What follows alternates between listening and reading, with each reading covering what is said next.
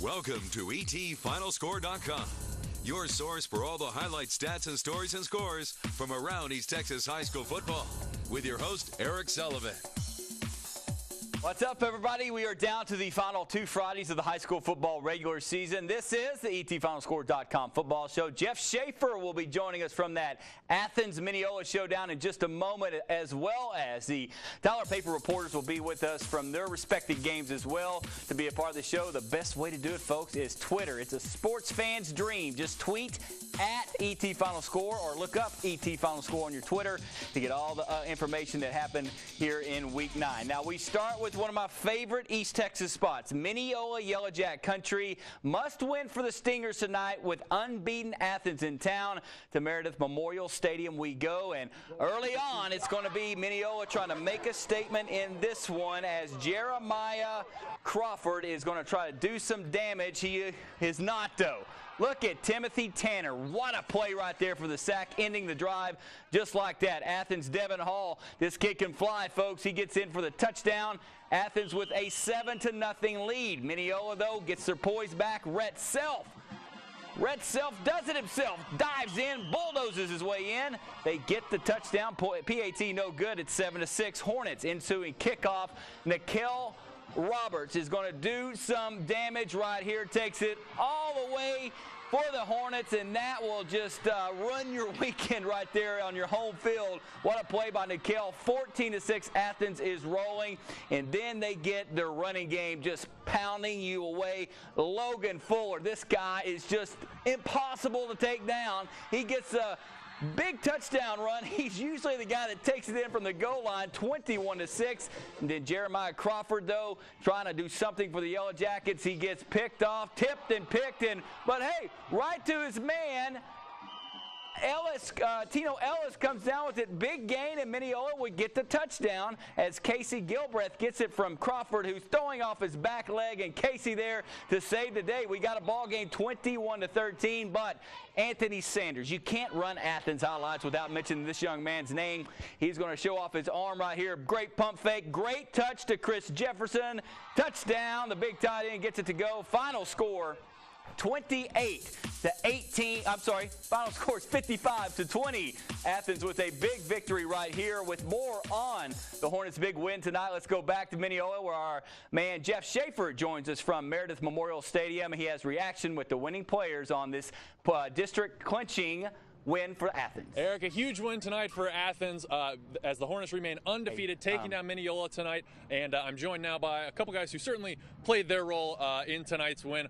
Logan Fuller and Devin Hall, two of the Hornets' key running backs. And Logan, I'm going to start with you because it was a real big night for you. You ended up breaking the Athens single-season rushing record.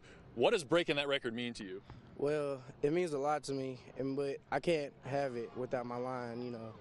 They gave it all to me, so I'm just thankful for them. What's you're one of the few sophomores on the varsity team here at Athens. I mean, do you ever feel like the little guy? You certainly don't look like one out there on the field. Nah. Well, when we're at practice, you know, they would play around with me because I'm the younger classman. But on the field, it's just we're all the same. All right, now I'm going to step over to Devin Hall. Devin, you certainly had a great night tonight as well. You had a couple touchdowns. What is it? And you two guys have been running well all season long. I mean, what is it about this year that you guys you always seem to have big games this year? Well, me and Logan, the run game has been very effective. I mean, there's others that are in the run game, but the two-punch combo, I see that as, and he's the power, and he's really good, and I'm glad that he got the rushing yards, I'm doing as much as I can, for the team. Everything comes from God, and He's blessed his team to be 9-0, and that's all. What is so special about this team? You're off to a 9-0 start. It's the best start in program history at Athens. Well, I mean, we're doing this for Athens. Representing the community, and the coaches, they're important to the team. The team, we're all important. We all have a role to play. And, we have a lot of seniors, and this is their last year, so we're trying to go all out for them. Well, Athens certainly has gone all out so far this season. They're off to a 9-0 start. Definitely thanks in large part to Devin Hall and Logan Fuller, who had another great game here tonight. All right, Jeff, well done. Congrats to Athens. They are just playing unbelievable football right now. Let's get to Class 3A now. More 3A coming up. Let's get to Class 4A now.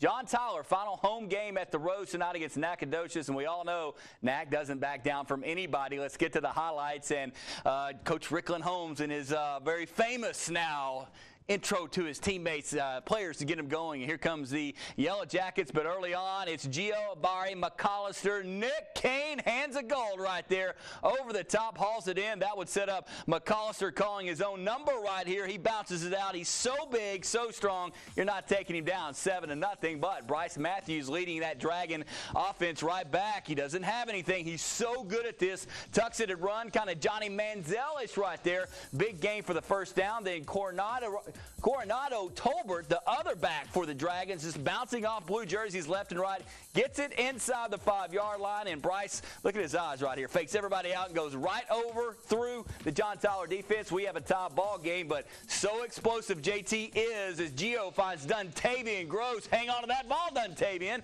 He does, gets it into scoring territory, and Dyron McDuff, haven't called his number a lot this year, another weapon for the Lions. He's their power eye back. He scores 14-7.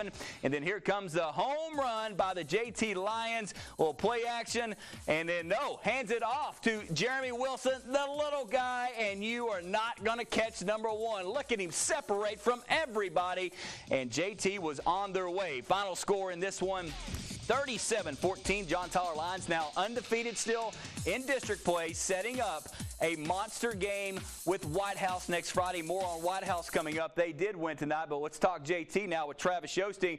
First of all, Travis, glad you're feeling better, man, and welcome back to the ET Final Score Show, man. I know you were kind of sick last week. I think it's good to be back. And you picked a good game to come cover back. Nac obviously fought hard, but, boy, JT really clicking right now, Travis Shosting. Yeah, Nac came out. They were trying to be physical, trying to take JT out of their game, but JT was able to stay composed, keep their offense clicking, and really the defense was the star of the second half. They held Nacogdoches to 34 yards in the second half. Nacogdoches had more penalty yards, 75 in the second half. All right, Travis, Nick Kane ejected late in the football game on the radio. I heard from ESPN East Texas 92.1. What's the story there? It looked like they were offsetting personal fouls, and so both players, I believe, were ejected. It was a real physical game. Nacogdoches came out before the game and at halftime, and came out stomping around on the rows at midfield, and they're really out there trying to get JT riled up. Does this affect Nick in any way, Travis, besides Coach Rickland Holmes maybe maybe punishing himself? Yeah, Coach Rickland Holmes, he looked pretty upset, both at Nick and the officials after that play. I don't believe he will face a suspension, though. Okay, well, Travis, we all know where you'll be at next Friday night. Of course, White House Wildcats. We're going to talk to Shane in just a moment. They got the big victory. Give me an early glimpse of this one in 10 seconds. Well, JT's got a great secondary there, and they're going to be tested against Mahomes. JT only allowed about 18 passing yards tonight.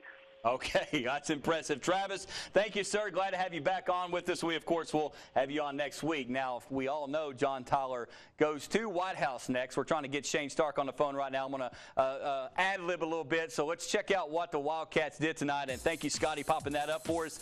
45-14, not a 70-point game, not a 60-point game. 45, that's pretty well below White House's average. But Coach Cook and company, they went into Corsicana and took care of business real good early, able to get that big lead. And then Shane Stark's with us now from Corsicana Tiger Stadium. Just how Coach Cook probably planned it, Shane, for to get the big lead, and did they get the rest at all, the White House Wildcats tonight? Oh, yeah, the starters rested the fourth quarter. First half, they were up 21-7 there in the second quarter.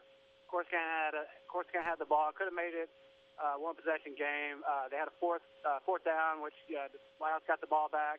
Scored in like 46 seconds, turned around, scored again. They got 2 touchdowns in the last 2 minutes of the first half to build that 28-point lead at halftime. Funny thing about White House is we know they score a lot. And last week it's 43, the last week and then 45 this week. And so you look at it and you're like, well, they're not scoring. But in the first half they got 35 points in like 4 minutes. That's all they had the ball with. All right, Shane, I'll ask you this like I asked Travis. In 10 seconds, give me a little glimpse of what is, I think, the game of the year in East Texas when John Tyler goes to White House next Friday night. It's going to be exciting. I mean, these teams, 2 of the last 3 times they've played, it's pretty much gone down the wire. Last year, everybody knows White House got the big lead on John Tyler, and John Tyler came back. I guess the key for White House, if they were to get back up big again, is to hold on this time. All right, Shane, good job, buddy. Safe travels coming back. We'll see you Friday as well. All right, let's go back to Class 4A, 16 4A district. Lindale hoping to get that 4th playoff spot, but they needed to beat Jacksonville tonight to stay in the lead. Carter McCowan, he's our Aaron Rodgers of East Texas. Where's number 12? Sneaky speed, and, of course, the great arm, and I think he would have scored here, but just... Referee says he got out. We don't have instant replay in high school football, but McCowan, this is just a great play by T.J. Griffin. What a great job of getting down inbounds for the pickoff. No points for Jacksonville, and that came back to haunt him as Delennis Garrett, the Bulldog there for the Eagles, getting in for the score. Band loves it, doing a little bit of dance, and then back comes Carter McCowan. This time a rope over the lane. What a catch by Tony Lane right there, but check out the next play. Ball's tipped, and you know what that means. Intercepted. Nathan Evans had a big role in this game tonight for Lindale. And then David Slice, what a play. Pump action fake in the up and go. Tayton Williams, I love you, man. What a play right there. Play of the night nominee. Big touchdown. Lindale has the lead. So McCowan and Coach Tabor here are going, hey, what do we got to do here to get it going? And Tabor says, just throw the ball like I know you can. Tony Lane for the touchdown. We have a ball game, but check out this play right here. Unbelievable as Jacksonville gets the ball back. The Tavian Thacker, whoop, ball comes out. There he is, Mr. Nathan Evans, Johnny on the spot, and that was a heck of a play right there. Final score, Lindale holding on 59-55. All right, let's get to Marshall next. Marshall needing a win tonight, but I tell you what, Texas High is pretty good early on in this one. Look at the play right here by the Texas High Tigers. Keep on going up there for me if you don't mind. It's 24-0 in this one. They make it 31-0 as Travian Walker scores, and Texas High rolling tonight. Scotty, show us the score in this one. 45-0 your final in that one. And real quick, Hallsville taking on Mount Pleasant. The Bobcats trying to clinch a playoff berth and get into the playoffs. Quarterback McKalen Wilder doing his best as he hits the screen to Jamal Young, and Jamal says, see you later. They did that twice in the first half. Big 56-yard touchdown. Hallsville Bobcats, are they headed to the postseason? Let's find out. They are 56-35. Also want to mention congrats to Longview last night. Big win. We're heading to break right now. 63-7 over Robert E. Lee. The 9th district championship for Longview in 10 years. Impressive right there. More highlights and scores coming up.